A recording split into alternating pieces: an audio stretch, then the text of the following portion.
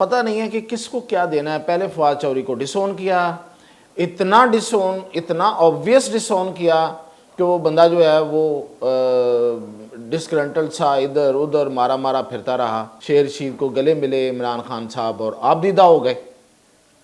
شیر رشید کے سنا الفاظ یہ تھے کہ خان صاحب مل لیں, پتہ نہیں پھر کیا مطلب قسمت کا کیا پتہ ہوتا. اسٹیٹ بینک کی مدد حاصل کی آئی ایم ایف نے اپنی مرضی کا ریٹ دینے کے لیے. ناظرین, P T I, Imran Khan, Bushra be be اس وقت بڑی مشکلات کا سامنا ہے, بڑی مشکلات میں گرے ہوئے ہیں. اور آج بشرا بی بی نے چارسدہ میں ایک مختصر گفتگو کی اور اس کے بعد بہت سی چیزیں اور بھی کلیئر ہو رہی ہیں, اور کچھ جو چیزیں ہیں ان میں کچھ باتوں میں کچھ غلط بیانی بھی ہے, وہ بھی ہم نے پکڑی ہے, وہ آپ کو بتائیں گے. اور پھر یہ کہ ہمارے ملک میں آئی ایم ایف کر کیا رہا ہے, کیا کیا ظلم ہو رہے ہیں ہمارے ساتھ اوورال. تو یہ دو تین چیزوں پہ آپ آج بات کرتے ہیں.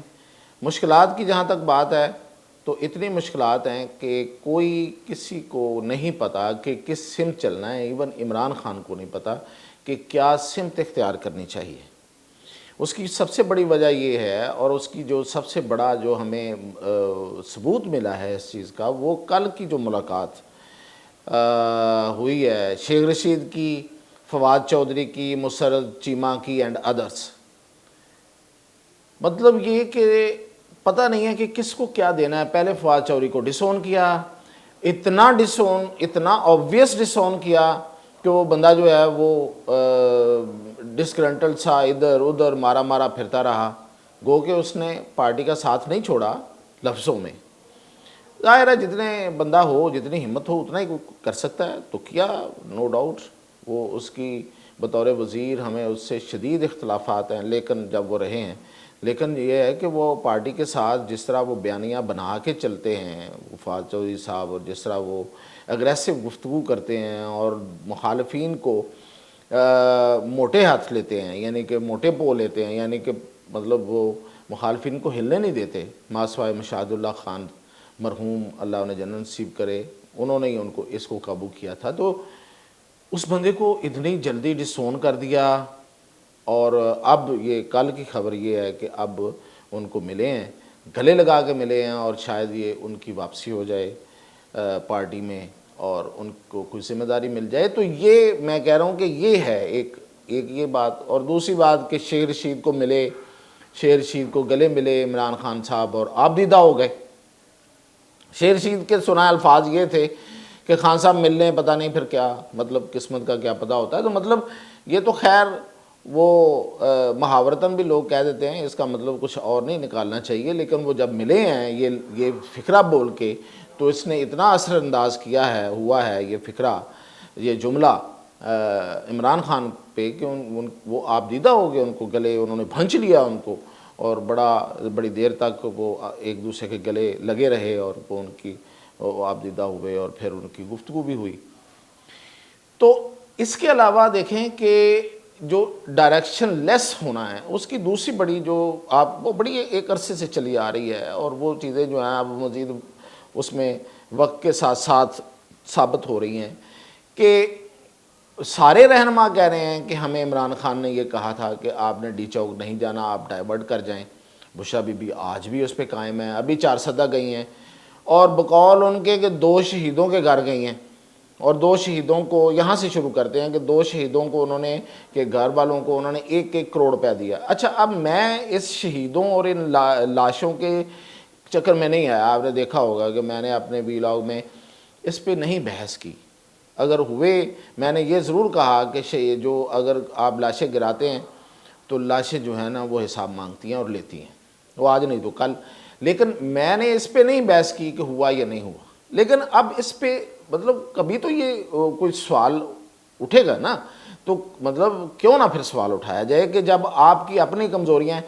جس شہید کے گھر آپ گئی ہیں, ایک جو ہے وہ ابھی تک سامنے آئے ہیں, دوسرے کا پتہ ہی نہیں ہے. آپ نے کہا ہم 2 کے گھر گئے ہیں, 1-1 کروڑ روپیہ دیا ہے, تو ایک کا پتہ چلا ہے. کوئی تاج ہیں, تو تاج جو ہیں وہ شہید ہوئے, ان کی باڈی آئی, کوئی پوسٹ مارٹم نہیں کرایا کسی نے. بھئی اگر وہ اسلام آباد میں پوسٹ مارٹم نہیں ہوا، آپ کا اعتراض، آپ کا جو اس میں ایکسکیوز ہے وہ اس کو اگر مان لیا جائے کہ اسلام آباد والوں نے نہیں کیا، تو 4 سدہ تو خیبر پختونخوا میں ہے، وہاں بھی ہاسپٹل ہوگا، وہاں کوئی اور ساتھ کوئی بڑے ڈسٹرکٹ کا ہاسپٹل ہوگا، پشاور کا ہاسپٹل ہوگا، کیوں اس کی کوئی اچھا چلے میں گھر والوں پہ تو کوئی اعتراض نہیں ہے، گھر والے سادہ ہیں، ان کو نہیں پتہ، یہ جو پارٹی ہے ان کو پتہ ہے کہ ایک شہید آ گیا یا 2 شہید آ گئے تو ان کا پوسٹ مارٹم کراتے.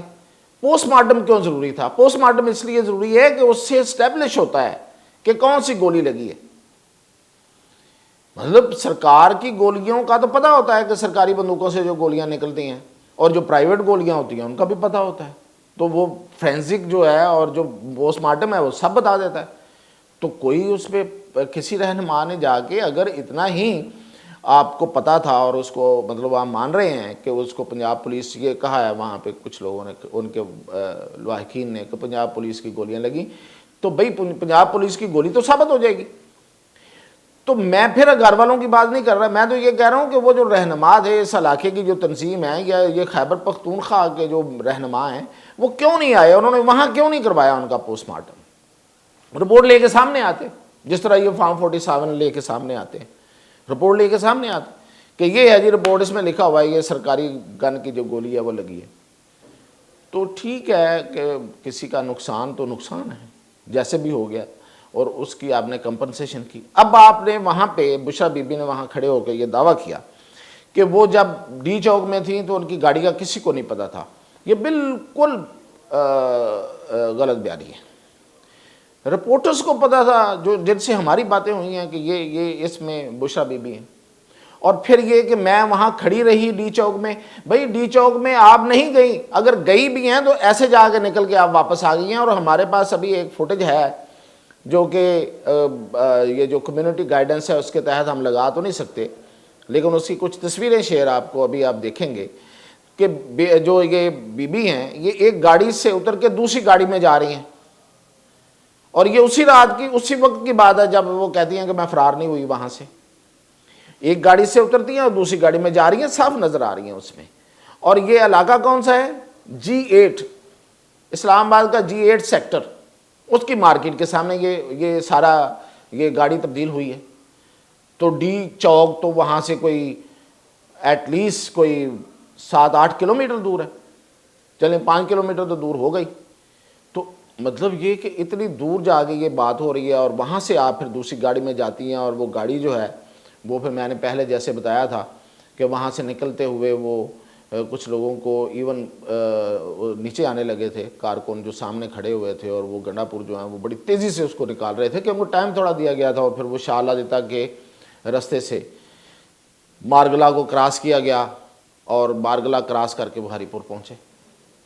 تو یہ ساری غلط بیانی. اور پھر اس میں ایک ہی جملے میں وہ پٹھانوں کی غیرت کی تعریف بھی کر رہی ہیں اور کارکنوں پہ اعتراض بھی کر رہی ہیں. ایون جو لوگ وہاں کھڑے ہیں، جو MNA ہیں یا جو بھی ان کے رہنما ہیں، ان کے ساتھ وہ تکرار کر رہی ہیں کہ نہیں سب بہت سے گواہ ہیں کہ میں ادھر ہی کھڑی تھی اور سب بھاگ گئے مجھے چھوڑ کے.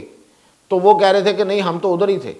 تو اس پہ تکرار ہو رہا ہے اور ان کو گلہ ہے اپنے کارکنوں کو پر کہ میں کھڑی رہی اور آپ بھاگ گئے. کارکنوں کو گلہ ہے کہ نہیں ہم تھے، ہم نے مطلب جو بھی سختیاں جھیلی ہیں اور آپ بھاگ گئے. تو یہ اس وقت جو ہے وہ دونوں جو اس پارٹی کے اندر جو صورتحال ہے وہ میں نے آپ کو بتائی ہے کہ اور بشرا بی بی پہلی دفعہ منظر عام پر آئیں اور ان کی جو گفتگو کے تضادات ہیں وہ میں نے آپ کے سامنے رکھ دی ہیں. اور جو پارٹی کا جو پوری کارکردگی ہے کہ مطلب کارساز میں بینظیر آتی ہیں اور وہاں پہ بم دھماکہ ہوتا ہے، 180 سے زائد شہادتیں ہوتی ہیں، ایک ایک شہید کی آئیڈینٹیفیکیشن ہوئی ہے اور ایک ایک شہید کے گھر جا کے پیپلز پارٹی والوں نے جنازہ پڑھا اور ان کی تصویریں لگائیں. آج بھی آپ کو وہاں پہ وال نظر آئے گی لگی ہوئی، ثابت کیا انہوں نے. اور جنرل مشرف کا دور ہے. تو بھائی آپ تو ایک بھی ثابت نہیں کر پا رہے، ثابت تو کریں. مجھے اس سے مطلب میں اس سے انکاری نہیں ہوں کہ وہ ہوا کہ نہیں ہوا، نہ میں اس پہ کوئی بحث کر رہا ہوں. تو ثابت تو آپ نے کرنا ہے نا. تو یہ فیلئر ہے، اور اس فیلئر کے ساتھ یہ عمران خان کو رہا کروانا چاہتے ہیں، اور پتہ نہیں کیا کیا سول نافرمانی اور وہ بائیکاٹ. تو اس بائیکاٹ کا بھی کسی وقت جائزہ لیں گے. میں تو اس لیے نہیں ابھی تک اس پہ بولا کہ چلیں ایک دفعہ دیکھیں تو صحیح کہ ہوتا کیا ہے، کتنا کامیاب، کوئی موو چلتی بھی ہے کہ نہیں چلتی. تو وہ دیکھتے ہیں، کیونکہ ہمیں تو پتہ ہے کہ کون سی چیزیں کہاں استعمال کیسے ہوتی ہیں اور کتنی ہیں اور کتنی اس کے متبادل موجود ہیں. جب متبادل نہیں ہوں گی تو وہی چیزیں استعمال ہوں گی. تو اب اگر آپ بیرون ملک پاکستانیوں کو کہیں وہ اپنی رقوم بھیجنے سے ان کو منع کریں گے سول نافرمانی کی طرف، وہ خدا کا خوف کر لیں. اس ملک کے ساتھ کیا کیا کرنا ہے. عمران خان جیل میں ہیں، بہت سے لوگ جیل میں رہے ہیں، کیا ہو گیا؟ مطلب جیل سے نکالنے کے لیے آپ ملک کی مطلب جڑوں کو کاٹ رہے ہیں. کچھ سمجھ نہیں لگتی. مطلب یہ بات کرنے والوں کو بھی آج پتہ نہیں آج کل کیا کہا جاتا ہے، اور جو بات جو ہے وہ بغاوت کی کرے، اور یہ بغاوت ہوتی ہے اپنے ملک میں، اپنے ملک کے خلاف بغاوت، کیسی بغاوت؟ تو خیر اب ہم آتے ہیں کہ ہمارے ساتھ دوسرا ہاتھ آئی ایم ایف کر رہا ہے. یہ تو کر ہی رہے ہیں سارے لوگ مل کے. آئی ایم ایف نے یہ ایک شرط لگائی تھی اور یہ اپنا بڑا اصولی موقف سامنے رکھا تھا کہ آپ ڈالر کو ملک کے اندر کنٹرول نہیں کریں گے، اس کو مارکیٹ فورسز پہ چھوڑ دیں گے. جو یعنی کہ اس کی قیمت جو مارکیٹ ڈٹرمن کرے، جو مارکیٹ طے کرے وہی رہے گی، اور اسٹیٹ بینک جو ہے اپنا رول نہیں اس میں پلے کرے گا. اسٹیٹ بینک جو ہے نیوٹرل ہو جائے گا اور اس کو فلوٹ کرنے دیں. چلیں جی، یہ بھی مان لیا. یہ شرط امریکہ پہ بھی ویسے لاگو نہیں ہوتی. امریکہ کا بینک جو ہے، مرکزی بینک جو ہے وہ کرتا ہے، لیکن ہم پہ انہوں نے لاگو کیا، مان لیا جی. لیکن اب کیا ہو رہا ہے؟ ہو یہ رہا ہے کہ اگین اسٹیٹ بینک کی مدد حاصل کی آئی ایم ایف نے اپنی مرضی کا ریٹ دینے کے لیے. تو اس وقت جو پاکستان کے اندر ڈالر کا ریٹ ہے، یہ ایک سٹڈی آ گئی ہے، ایک جو اس کرنسی سے متعلق ایک ادارہ ہے تولا ایسوسیٹس ان کی، کہ پاکستان میں اس وقت جو مارکیٹ کے مطابق ریٹ ہونا چاہیے ڈالر کا وہ 211 روپے کچھ ہے، 12 لگا لیں، یہ بنتا ہے. اور ہمارے ملک میں اس وقت ڈالر ہے کتنے کا؟ 287 200 اس کے اراؤنڈ ہے. یعنی کہ 67 روپے زیادہ ہے، 67 68 روپے ہم زیادہ ڈالر جو مہنگا ہے مارکیٹ کی ریٹ سے زیادہ. یعنی کہ مارکیٹ جو اس کا ریٹ ڈٹرمن کرے، ہم اس کو ابھی کنٹرول نہیں کر رہے. الزام تھا نا کہ ساگڈار کنٹرول کرتا رہا، یہ ہوا وہ ہوا. اب اس کو آزاد چھوڑا ہوا ہے. آزاد تو نہیں ہے وہ.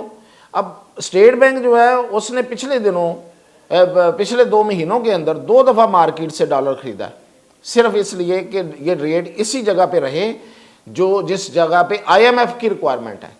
تو آئی ایم ایف کی ریکوائرمنٹ تو اصل میں کچھ اور تھی، یعنی کہ باتیں لکھی ہوئی کچھ اور ہیں اور عملاً کچھ اور ہے. آپ جب آپ اصولی مذاکرات کرتے ہیں تو آپ اصولی بات کرتے ہیں کہ اس کو مارکیٹ فورسز میں رہنے دیا جائے، اور جب آپ کرواتے ہیں تو کچھ اور کرواتے ہیں. تو یہ آئی ایم ایف جو ہے وہ کتنا ظلم ہمارے ساتھ اور کرے گا. یہ یاد رکھیں کہ یہ جو 67 روپے ہیں یہ میری اور آپ کی جو آمدن ہے اس سے جاتے ہیں. اور اس سے کیا ہوتا ہے؟ انفلیشن بڑھتی ہے. ہماری مہنگائی کے بڑھنے کی وجہ ہے بہت بڑی ڈالر. اور ہماری جو ہم قرض پے کرتے ہیں، جو ملک کا جو قرض ہے جو ری پے کرتے ہیں، واپس دیتے ہیں، ہم ادا کرتے ہیں، وہ ہمارے ٹیکسز سے اور ہماری آمدن سے جاتا ہے. اور وہ بھی زیادہ پیسے جا رہے ہیں ڈالر مہنگا ہونے کی وجہ سے. یعنی کہ اتنے پیسے 67 روپے ہمیں زیادہ دینے پڑ رہے ہیں، جو کہ اصولی طور پہ وہ اتنے کم تو ہونے چاہیے نا. اب تو ہم نے ان کی بات مان لی ہے، لیکن وہ اپنی بات منوا کے بھی زور زبردستی کر رہا ہے آئی ایم ایف. تو یہ اتنا بڑا ظلم ہے کہ ہم زیادہ پیسے بھی پے کر رہے ہیں اور ہمارے ہاں انفلیشن بھی ہے، اور اوورآل جو ہماری جو انڈسٹری ہے اس پہ بھی اس کا بہت بڑا دباؤ ہے.